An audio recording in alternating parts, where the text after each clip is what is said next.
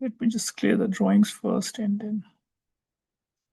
Okay, the next challenge that we have is the court has directed that Jill, a director of J Limited, has been wrongfully trading. Okay, so the court has decided, okay, that this guy Jill, who is the director, has been wrongfully trading.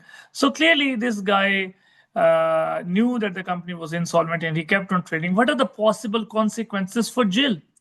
Now, Jill may be fined, Jill may be imprisoned, she may be required to contribute to the assets of J. Okay, so this is a situation where they kept on doing the trading. So in such a situation, the directors will be made to contribute to the assets. Okay, on winding up, when the assets of the company are not enough, then the directors have to contribute. Okay, because it is their fault. They should have stopped trading, but they kept on trading, knowing fully well that the company was insolvent. Okay, so this is the right consequence that will have to be faced by Jill.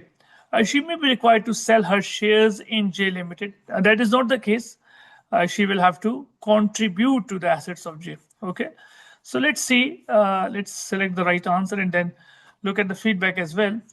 Jill may be personally liable. Wrongful trading is a civil offense. Okay, so you get your imprisonment and fines when you have a criminal offense. So we also get to know that this wrongful trading is only the civil offense. Okay, I hope this one is clear.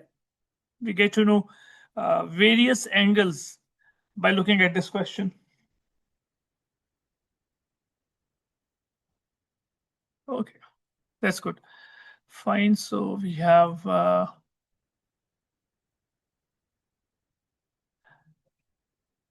okay.